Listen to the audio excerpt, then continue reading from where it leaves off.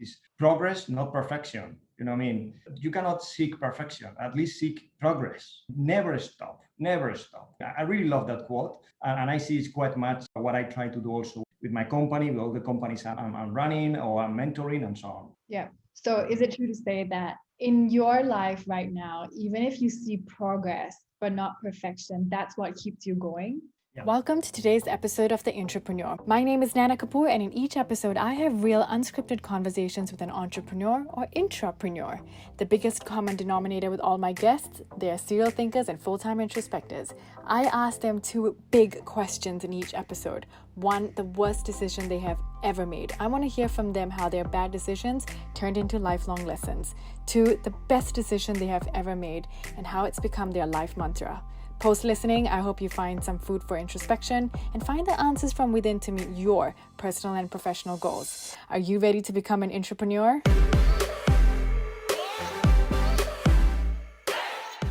Hi guys, on today's episode, we have Miguel Latorre. He's the Managing Director of 𝗦𝗢𝗙𝗬𝗟𝗏 Indonesia, founder and CEO of the market entry company complacent, which was acquired by Vistra, and founder of a job portal and professional career service provider, 𝗦𝗢𝗙𝗬𝗏𝗧𝗦. Miguel has a multicultural background with more than 16 years of experience in Asia Pacific and has lived in different countries such as Spain, UK, Germany, Belgium, Australia, and Indonesia. Miguel is a CEO, Managing Director, entrepreneur, investor, teacher, mentor, and a great human being who also aspires to own his own basketball team one day. He's made lots of good decisions and bad ones and has made it to where he is today because of them. I personally want to learn from him with you guys. Also, we are giving away one free mentoring session to a lucky listener in this episode. So remember to read the description on how you can win a free mentoring session with Miguel. Hi, Miguel. Thanks for doing this with me. How are you today?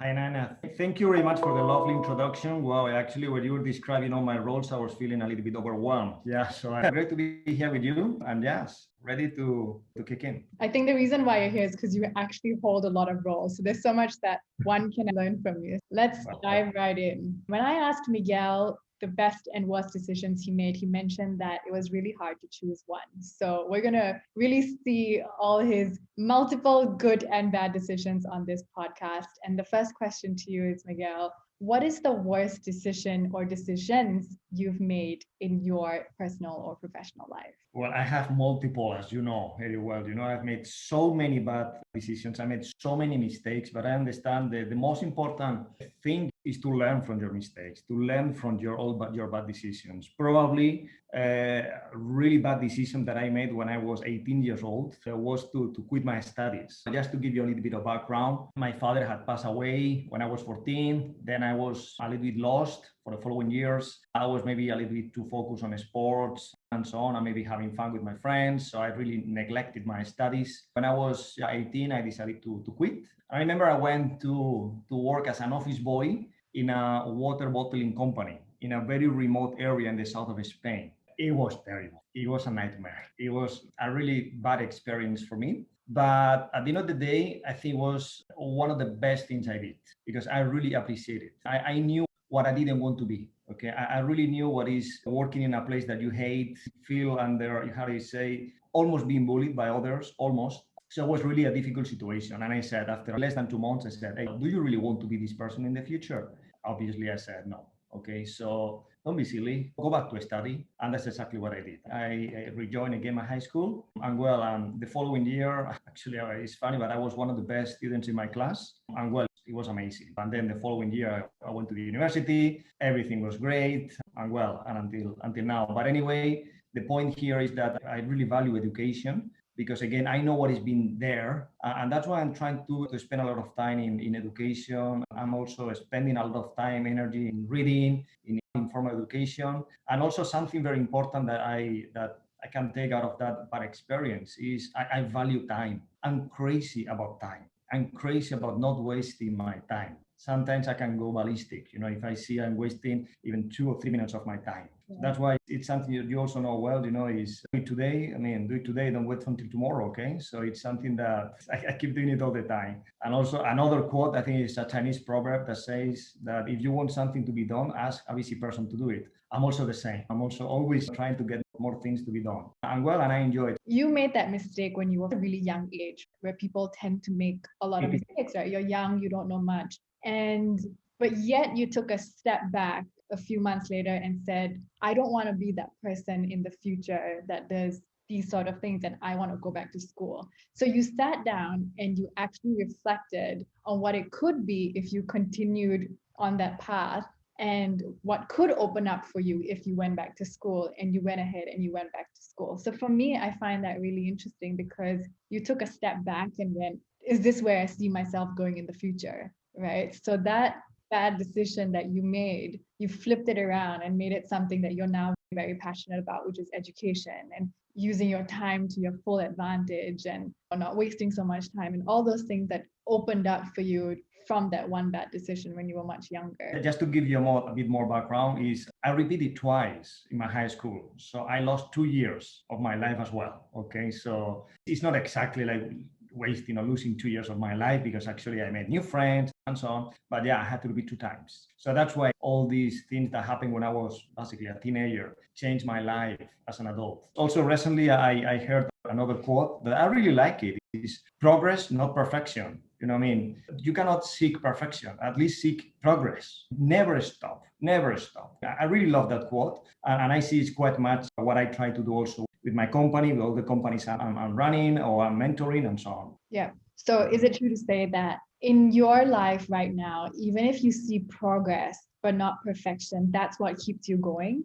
Yeah, absolutely. You cannot seek perfection. The point is, again, as an entrepreneur or as a businessman, your ultimate goal is to progress, is to see movement, is to see progress, development, see new things. You are developing, or basically to have new milestones, even very small milestones, but that's perfectly fine. What you have to have very clear in your head is the ultimate goal, that maybe is perfection.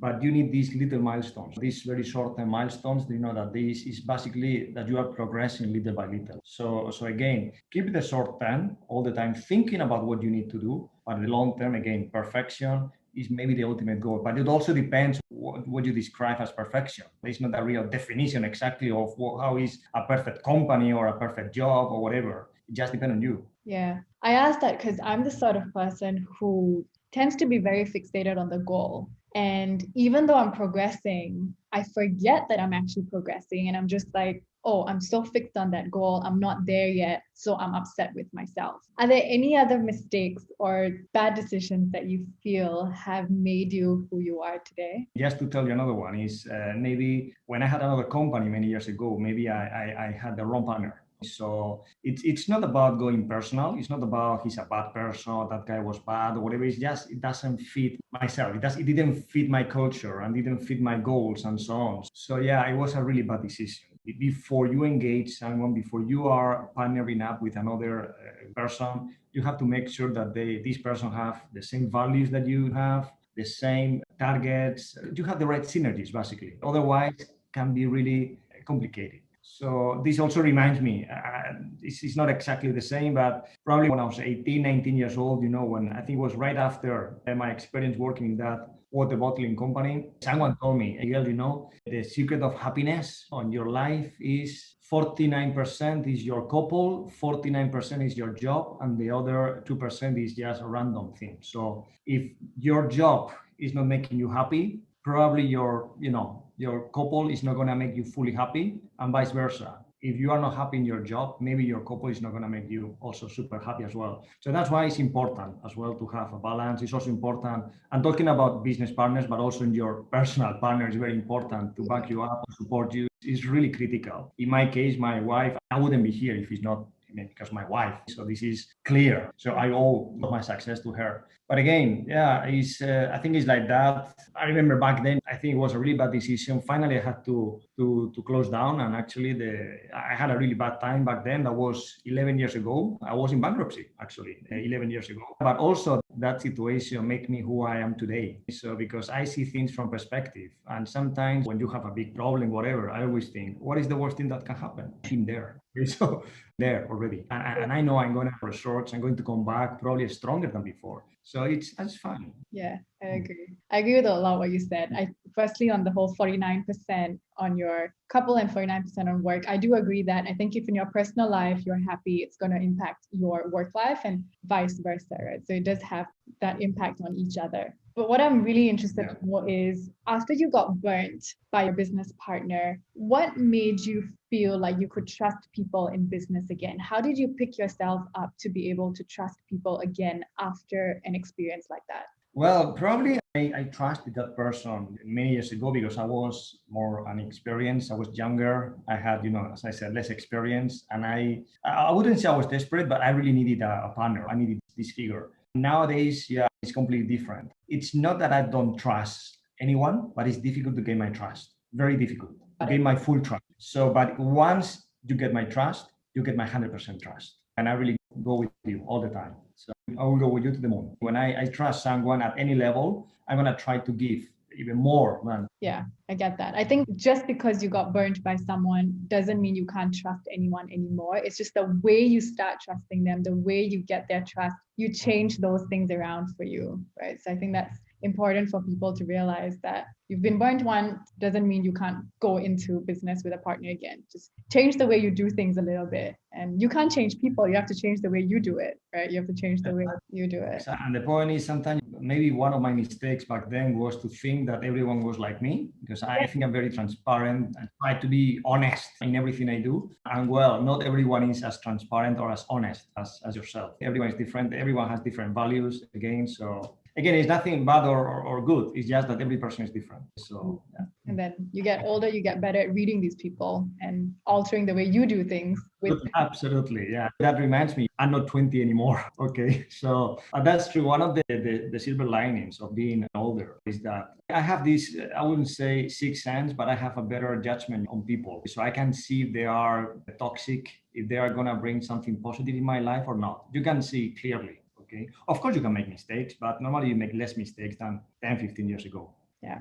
Awesome. So there were some bad decisions, such as leaving school, but then you learned from that. Bad decisions, such as trusting people, you learned from that. And those have all made you or shaped you to who you are today. Let's talk about some of the best decisions you've made, one of which, of course, was investing in your education and going back to school. And that has opened up you now to being more passionate about education and mentoring and really helping people out as well. Are there any other good decisions you feel like you've made in your life that's made you to who you are today? Yeah, I also made some good decisions in my life, a few. One of them maybe is also the opposite to what I told you at the beginning. When I quit studies, one very good decision was to come back, okay, to retake my studies, to follow my path. And I think it started there when I had this focus on investing in my own education. I remember back then when I was around 18, 20 years old or so, I couldn't speak English at all. So I remember I could speak some German. Actually was my second language. I lived in Germany for a couple of years. And I realized that education meant,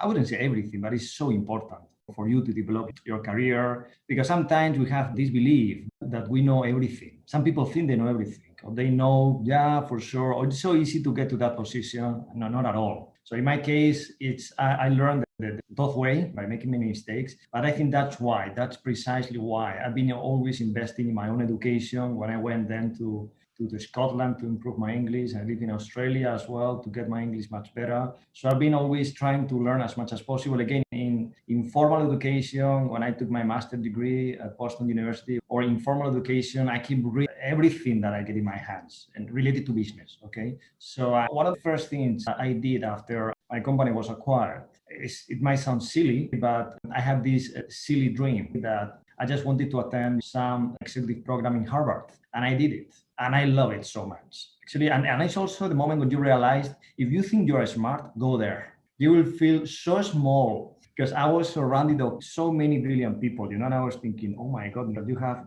so much to learn. So many things to learn, because I think it's also good to feel humble, to know that if you think you know a lot, you're wrong. You may know, but you can always learn a lot more. So that's also what I think, and that's always why I want to keep learning as much as possible, also to apply in business or to apply to my personal life, and to cascade it down, and also to bring my knowledge and my experience not only to my employees, but also in my mentoring sessions that I have with the startups, also with some of my employees. So everything, all my knowledge goes to them as well. There's so many valuable things you said in there. And one quote came to my mind. I read this somewhere where someone mentioned, if you think you're the smartest person in the room, you're in the wrong room. You should definitely be in a different room, because I am a huge believer that you should not be complacent and you should not think you're the smartest person, because then you're getting nowhere in life. But if you're the sort of person who thinks I can keep improving, I can keep educating myself, I can keep learning more, then you're going to slowly climb up the ladder and slowly provide more and more value for the people around you, like for your mentoring sessions or, the startups that you speak to. And I 100% agree with, not being complacent. And another thing I feel in this day and age, if you don't continuously reinvent yourself and educate yourself, you're going to be redundant. Our world is moving so fast. There's so many new things that keep coming up all the time that you could be jobless in the next few years if you don't keep improving yourself. So I personally try and think of a new thing to work on every 6 months. What course can I enroll myself in? What can I do? Little things like that, not just for your professional life, I feel, also as little side projects for your personal life. I think one should keep figuring out ways to reinvent themselves and educate themselves. Yeah, absolutely, because I'm 40, I'm going to be 43 this year. I'm not like the younger generation that they're all about technology and so on. So for me, it actually is not that easy to pick up the new technologies. So that's why I'm trying to study and to know as much as possible about blockchain, cryptocurrencies. I'm trying to learn as much as possible, and also how to apply in business as well. And also at the same time, I love doing many other things. You mentioned before, actually one of my dreams, yes, is to be the owner of a basketball team. I would love that. Hopefully one day happens. But it's anything related to sport. I'm always a big fan. I go to the gym almost every day. I practice as many sports as possible, well, as my knees allow me to practice. And also I try to do many other things. I also love cooking so much. I also love drawing. So I always trying to pick up new hobbies. Recently, I pick up some golf lessons. I'm trying to play golf. At the moment, I just hit the ball and it goes wherever it ends. Yeah, but it's a never-ending process. Always learning. Never stop learning. I think that's the message. Yeah, I think if I can summarize, the best decision you've made is to probably continuously invest in educating yourself, whether it's personally or professionally. Continue to invest in. I really like that. Non-stop, absolutely. That's great. My last question to you is, what do you think is the best resource that you used to get you to where you are today? To be honest, it's a difficult question, but in terms of resources, I keep reading all the time. It's a non-stop process. I don't really read many fictional books and so on, but I keep reading all the news about the world, about business. I read a lot of the Harvard Business Review. It's anything that comes to my hands, I read it, I devour it, and I try not to implement it. But anyway, also, I wouldn't call it resource, but something that I think is important is, and I think it almost defines me, is my resilience as well. It's my resilience to the bad moments. I had many bad moments, and I think that's been critical. And this resilience comes because of my faith in myself. I have 100% confidence in myself, although sometimes, of course, we have ups and downs, but I have a clear target in my life. I want to be the best version of myself, period. And I want to do anything to reach it. So that's why I think I have this resilience that it's not that I don't care if anything bad happens, but this is life. Bad things are going to happen. You also have to adapt to the new reality, because now we had COVID-19 last year. Everyone is struggling, and a lot of people are complaining. But I think it's not time to keep complaining. I think it's time to accept the reality and to adapt to the new reality that we have ahead of us. Don't forget, this COVID-19, of course, is bringing a lot of really terrible situations, but we also have to try to see the silver lining, the positive side. There is always a positive side. Don't be too focused on the dark side, on all the negative impact. Try to get the positive side. Try to get something positive. And I think that's also perhaps one of the, I wouldn't say resources, but I wouldn't call it the skills perhaps, but I always see the positive sides of things. Always see it. So I think this is also perhaps why almost no matter what happens to me, I keep running and I keep working non-stop. I know I'm a happy person by nature. I'm always happy. I'm always optimistic. I'm always trying to bring this energy to everyone. So, and to give this energy. It may sound like something abstract or whatever, but it's true. I to give this energy and people to get it as well. So yeah, this is me. Yeah, that's awesome, because I feel like if you're giving that energy, you're going to attract that energy as well, which is a little bit of a spiritual thing that people might say, but I 100% agree with that. If you're giving off that energy, it's going to come back to you. Last year was a tough year for a lot of people. And there are some people who had a year where no matter how much they tried, they would keep falling or failing, or it was just a very exhausting process for them. And you talk about resilience. I'm keen to understand, for people who feel like their life is going nowhere and they feel like they're just constantly falling and not picking themselves up. And even if they do pick themselves up, they're basically dragging themselves these past few months because it's been tough for them or for their business. What advice would you give to someone who is finding it hard to build resilience in these times? It's clear. Life is a marathon, not a sprint. I mean, this is clear. We always have to have clear, our target. And we have to, sometimes maybe we don't have it clear. Maybe your target is just to get by or to get out of a very bad situation or whatever. But normally I see a lot of people in the situation that describe, and they are like, so frustrated. And I always tell them, listen, right now you may be here. Maybe tomorrow you're going to be up here. And listen, and maybe after 3 days, you're going to be down here again. Life is a marathon. It doesn't matter where you are today. So it's a process all the time. So I will ask these people also to use their frustration and to use their bad experience to build a better professional.